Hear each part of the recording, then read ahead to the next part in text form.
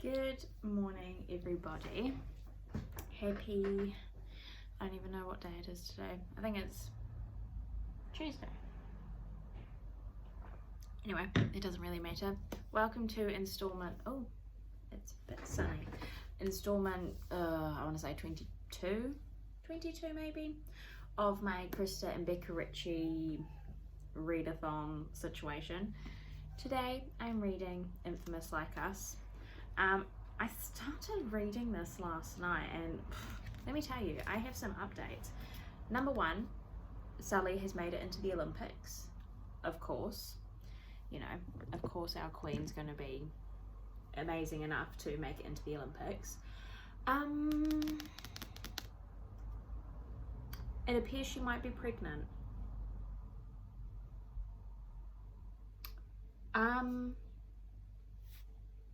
Yeah, she took a pregnancy test at, like, in the toilets, like during the opening ceremony, and it's like, yes, it could be a false positive. That is a possibility.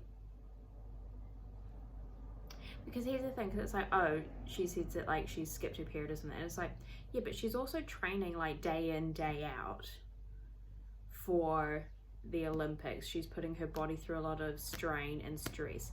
So it could be that, and it, you know, the test is like a false positive. I don't know.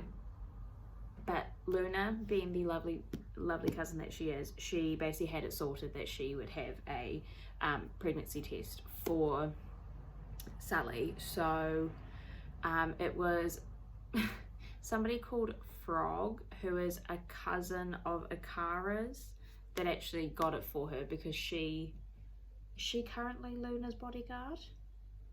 I think that's what it is. So there's that. Jane is also pregnant, which I just love. Yeah, I don't know. I'm up to page 64. I'm on chapter 8, so like I'm not too far into it yet, but like those are kind of like the main things that have occurred so far, and I'm like,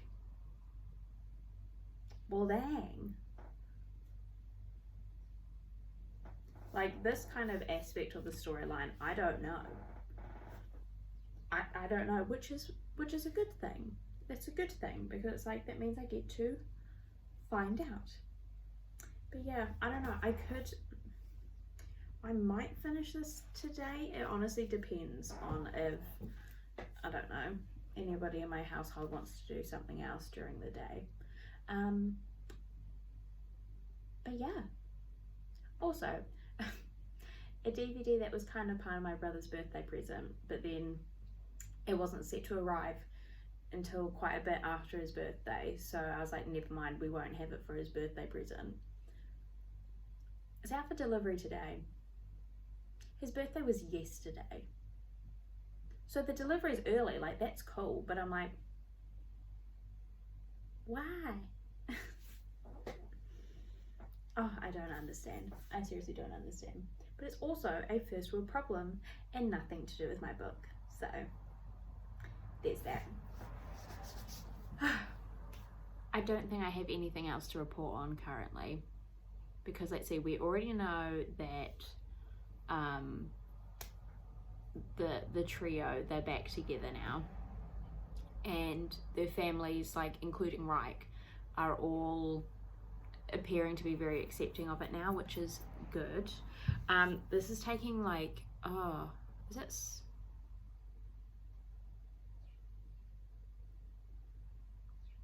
I can't remember how long it's been. I think it's at least 6 months since the end of Fearless Like Us. So we didn't actually experience like Sully doing all the training things. We just know that she's done all the training things. And the fact that, so Jane is 5 months pregnant, so that kind of timeline things saying at least 6 months kind of makes sense. But yes, I was about to say something else and it's just gone whew. So I'm gonna go now, because I'm quite frankly wasting everyone's time. So oh, why do I look like that? So update. No, I can't do that in case you can't hear me. Sullivan is indeed pregnant, and she's happy. So that's all that matters. But yeah, I'm still only this way through, so I shall continue reading now. Yay! You know what? No, we're just gonna give up trying to improve. Okay. Surprise, surprise! I'm in my pajamas again because it's 11 o'clock at night. I've been reading kind of like on and off most of the day. I've got that much of the book left. I kind of want to see if I can finish it all tonight. I feel like so much has probably happened and I've forgotten to check in. So Sully was on this kind of like trend of getting silver medals. And you know, she didn't do that at her last Olympics. So people were just being really horrid, to be honest, about her, even though like silver, like just even getting into the Olympics is a big deal. So it's just like, but she did end up getting gold. So in the, oh, what'd she get? So I think it was like, can't remember how many silvers she got, but she got 3 golds. So she got gold in the relay that she was doing with, is it Kinley? Yeah, Kinley, Dean, and I've had a blank of her name. But the one that, the student that she was training in the last book. And then she got gold again, and she actually also broke a world record. And it was like 400 meter, I want to say freestyle, but I honestly can't remember. And then the next day, I think she basically won gold and broke a record again. Something interesting about this book is not only do we have different points of view, but we also have things of going back into the past, like to cover the time between the ending of Wild Like Us to current time, which is interesting.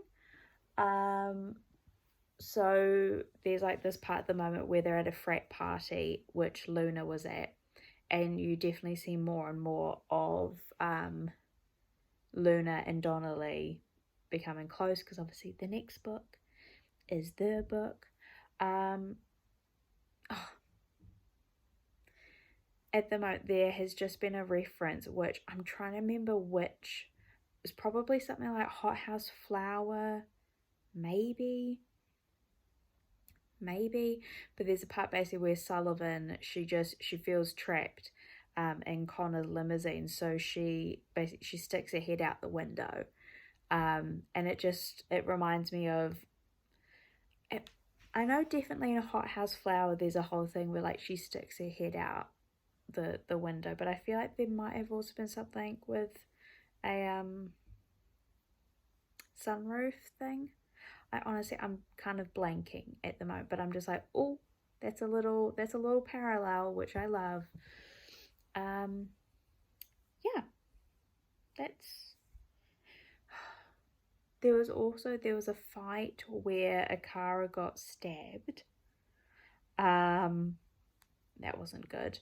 And Banks was injured, but not as severely as Akara. And also, Akara's cousin, who's referred to as Frog, is a temp guard currently. So there's that. Yeah. There was also things regarding the Rochesters, but honestly, I don't like them. I don't want to think about them. No thanks.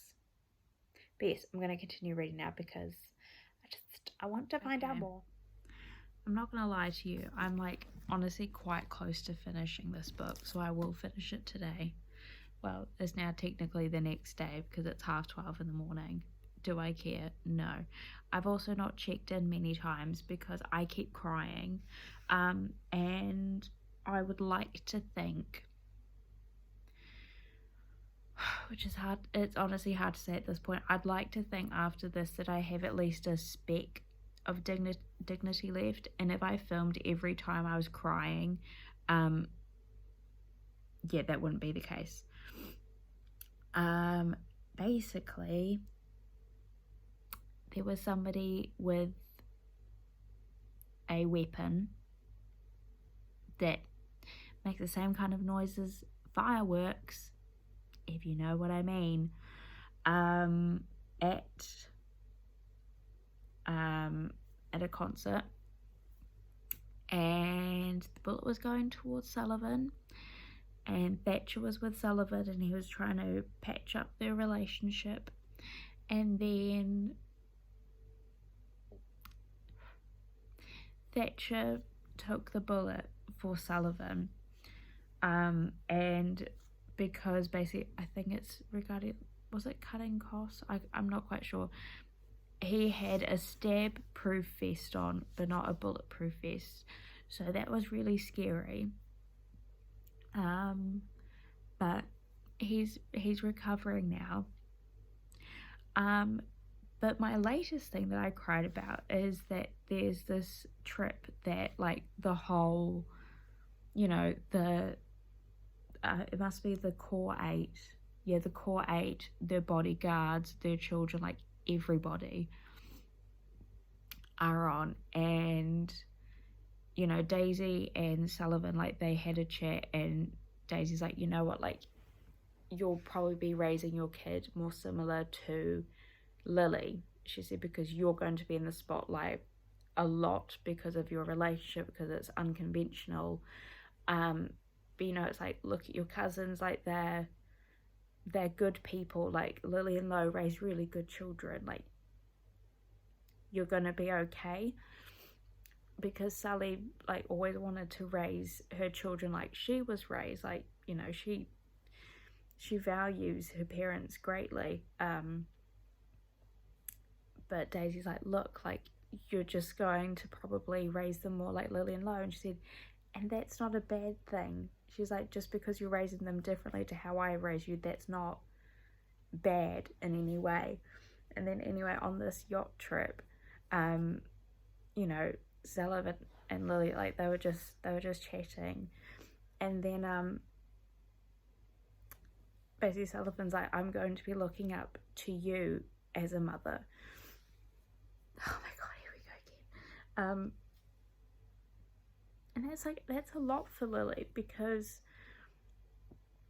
she's never really been a lot of people's number one. She was the one that was always forgotten, like, you know, looked at as dirt and stuff like that. So the fact that there's someone who has actually vocalized to her how much they value her, and how much, like, the impact that she had and will continue to have on this person's life, and just her reaction to it is just, like, yes, Lily, you know, after everything, is having, like, pretty darn good life now, but it's like, she's not had it easy. It's just like, anyway, I'm going to continue reading now and stop being on the verge of tears, because I do think that it's going to occur again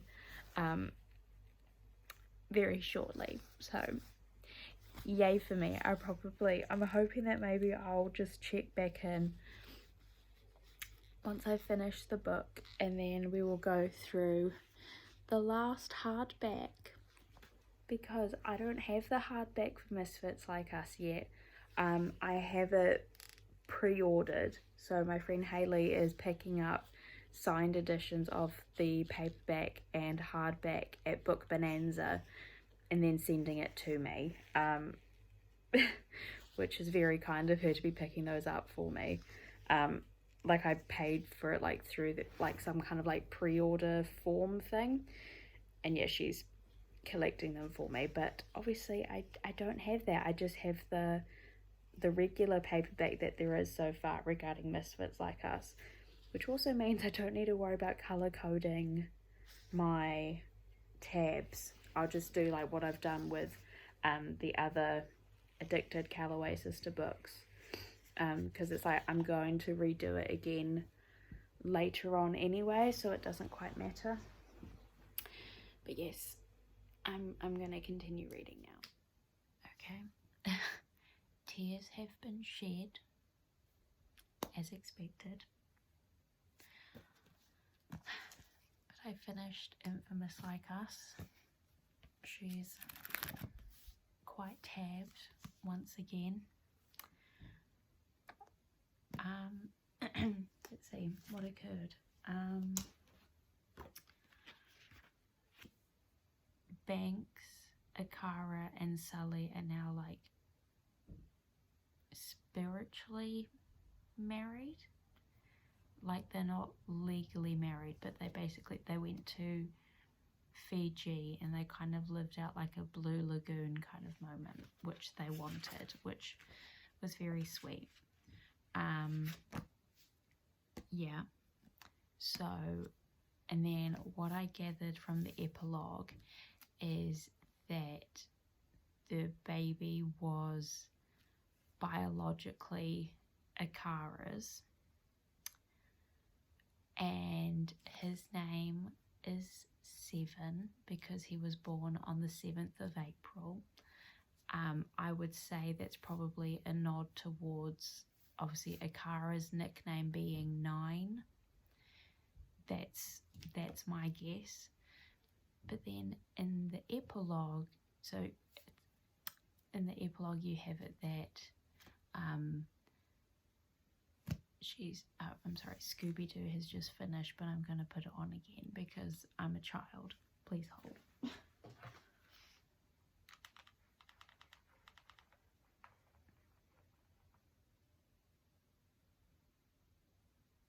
Okay, cool.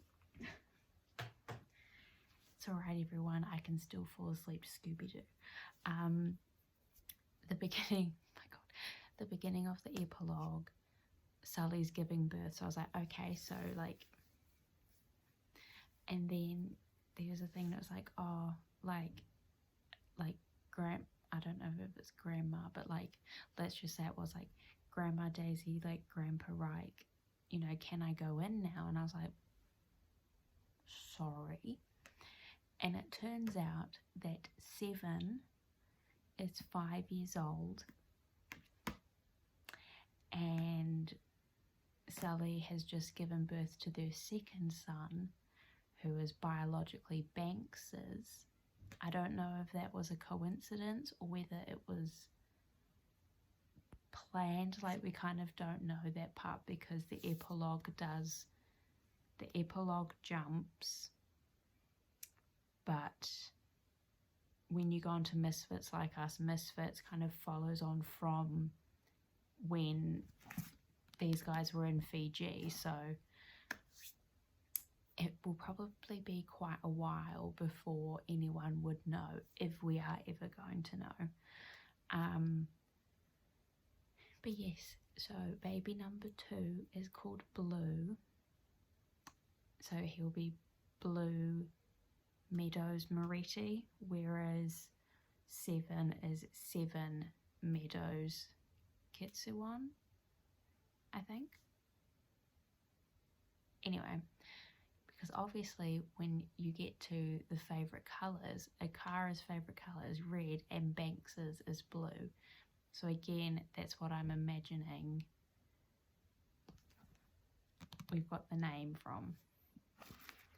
But yes, and Sully went to the Olympics again before she had Blue, and Homegirl won more medals again, so she's now universally regarded as one of the greatest swimmers of all time, as she should. She took home six gold medals. Yeah, 6 gold medals in Athens. So that means that she has 15 medals overall, 13 being gold, and then 2 being the 2 silvers that she got during this book. But yes, did I enjoy this book? Yes. Was it my favourite Kitsuleti book? Also yes. Oh, I can't remember if I said before, Booger was stolen. Awful, I know. Booger was stolen and, like, you know, parts were taken out and stuff like that. But Booger was found, and it was discovered that it was actually Donnelly's dad who stole Booger. And Donnelly is also giving his uncle Scotty, aka Ripley's biological father, his entire paycheck. And so that's obviously the price that Donnelly has to pay in order for Maximoff and Pharaoh to have adopted Ripley. But they got Booger back, and they tweaked Booger, so all is well. But now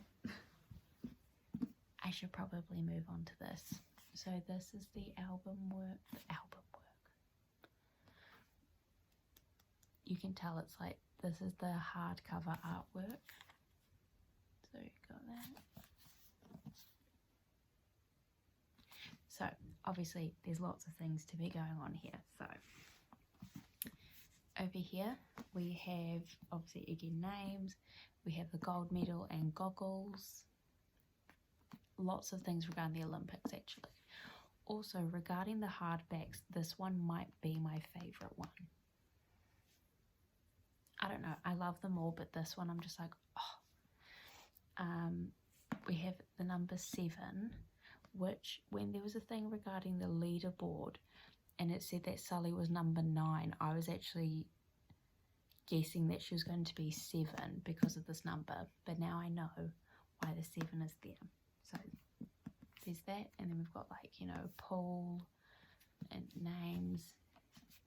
Then on this side, this is in reference to the holiday that the Meadows and then Banks and Akara go on. We've got Banks's dog tags. We have a daisy. We have Booger, Champ. I mean,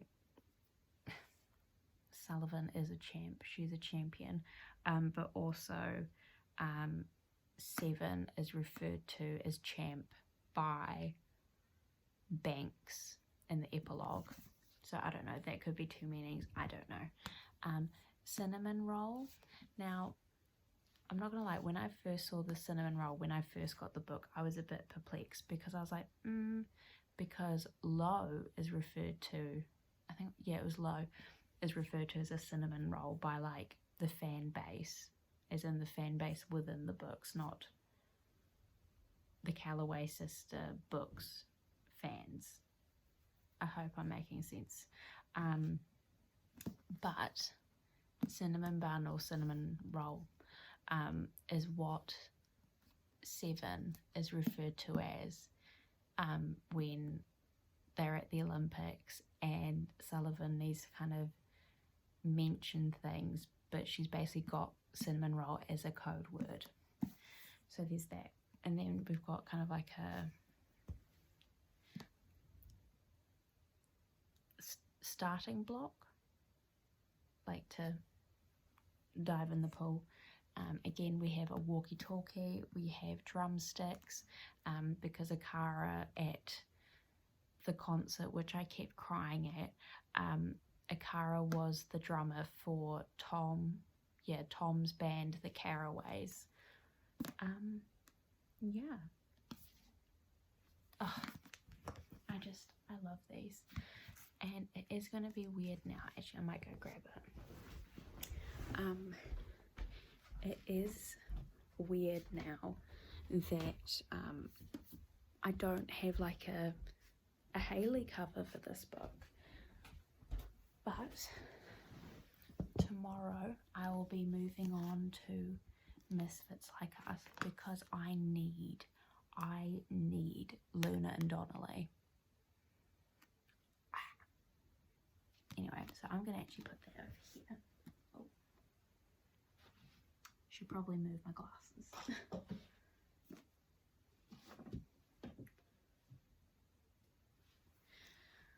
But yes, wild. I don't have another hardback to dissect for a wee bit.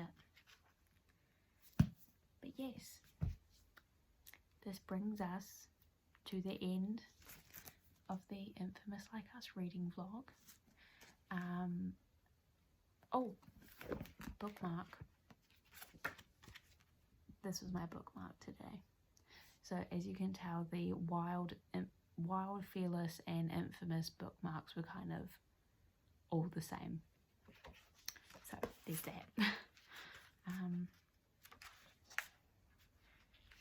But yes, I hope you enjoyed. Maybe I hope it wasn't too boring, because yeah, you didn't get to see every time I cried, because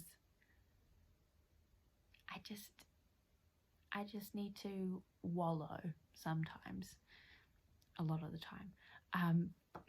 So there's that. Yeah, I'm not always good with emotions, so I do kind of shut off.